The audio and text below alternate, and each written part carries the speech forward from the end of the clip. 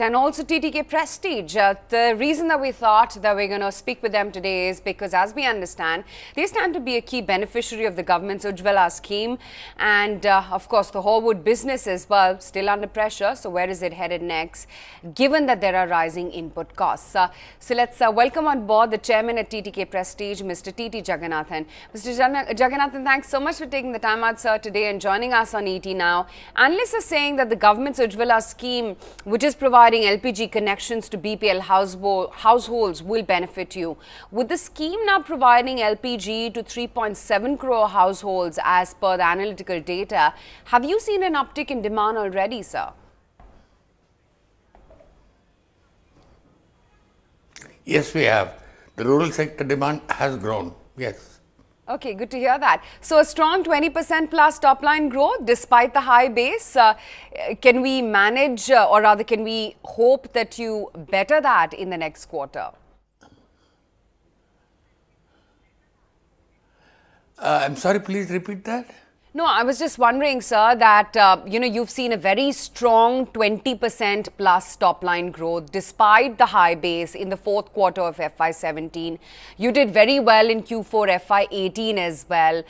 Would you say that now, because of this push coming in from the Ujjwala scheme, you stand a chance to do even better in the next quarter?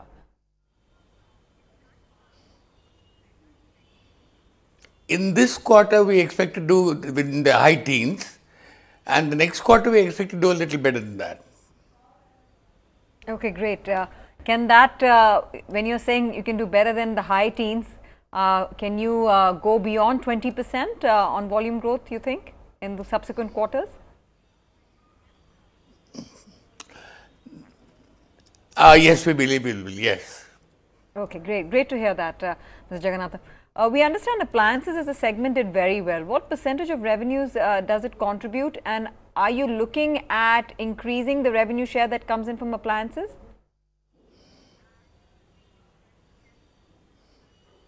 Appliances constitute about 40% of the revenue currently, and it is rising, and we expect in the next 3 years for it to reach 50%.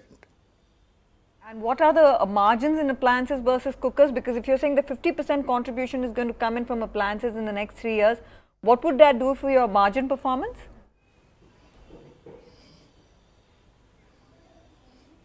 The margins are roughly the same in cookers and appliances.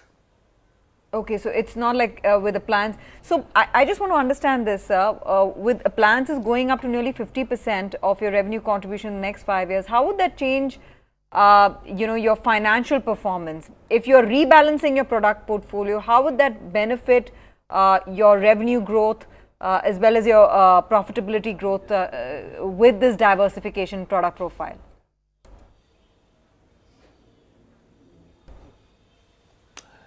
No, it actually does not really benefit it. The margins will remain the same, but what will happen is that we will be playing in a much bigger market. So we expect top line growth to be faster. Okay, good to hear that. Let's change the tone of the discussion and talk about export as well as the Horwood business, because that continues to remain under pressure. What's the reason for the same?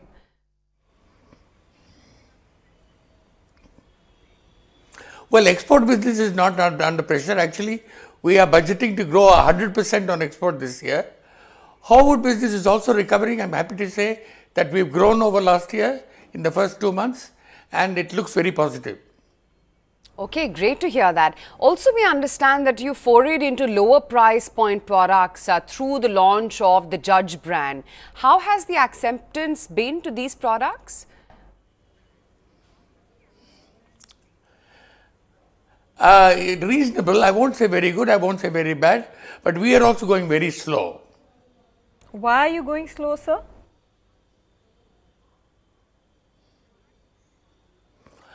Because we don't want it to cannibalize on the Prestige brand. Right. Having said that, is that a market theme that you're going to be advertising a lot on and pushing forward your products? We were just talking a little while back about how, in fact, CLSA came out with a note saying how the rural spend is only going to increase, which is going to sustain the demand coming in from rural and semi-urban areas. Is there a conscious strategy towards investing more in pushing products in those segments, in those markets? Yes, there is. Absolutely. Yes, there is. The rural demand seems to be picking up quite nicely, and we will advertise. But the cheaper brand is not meant for rural areas. The rural people want better brands actually. So, if you could share with me, what is the plan with regards to introducing new products, particularly targeting to the rural market? And how much investment in terms of advertising as a percentage of sales would you be making to gain more market share there? You know, it will just add more color to your plans, your future plans going forward for your investors.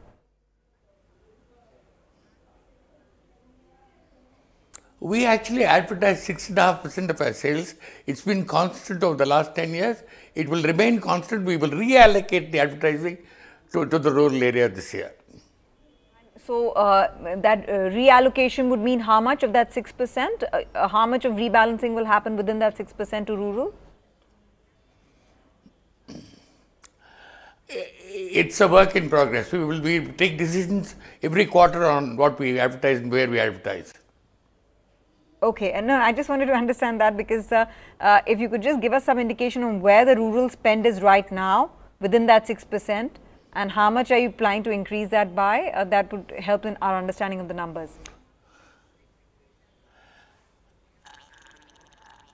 As of now, the first quarter we have budgeted about 1.5% of our sales is being rural advertising, about a fourth of our advertising spend. The other angle, Mr. Jagannathan, that we want to speak to you about is we've seen a significant rise in aluminium prices, especially in April, May. Have you seen your own costs go up?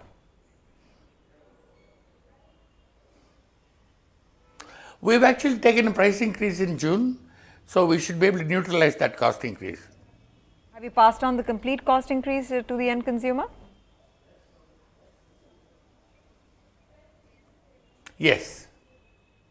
Okay. And finally, just for the benefit of our viewers, you have high cash levels on your books, which is great because, you know, companies with high cash flows and high cash on the books are often seen very favorably by the market. Any cash deployment plans in the growth strategy that you've outlined? Are you going to look at acquisitions to enhance your market share in especially the rural and the semi-urban markets?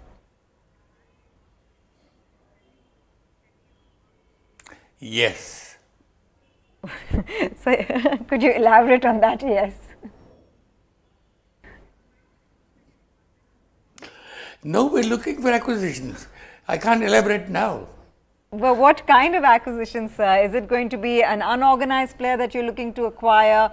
Is there some amount that you've outlined for that acquisition, the size and the scale of the business that you might be looking at, you know, acquiring and buying out? Any thoughts on which way you want to go? It depends on what's on offer. We are looking at several different acquisition prospects, and we have to decide which one to take. And everything is open. My only question, and this is my final question, we'll wrap it up after this.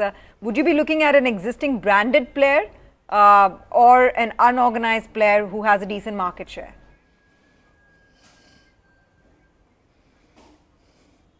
No unorganized. If we are looking at acquisition, it will be a branded players. Okay. Thanks very much. Mr. Jagannathan, you've been very candid and honest with your answers, as always. Thanks very much, sir, for joining us with discussing your business plans. Thank you. Mr. Jagannathan, short, sweet and to the point as always. Yeah, man of few words, but precise at that.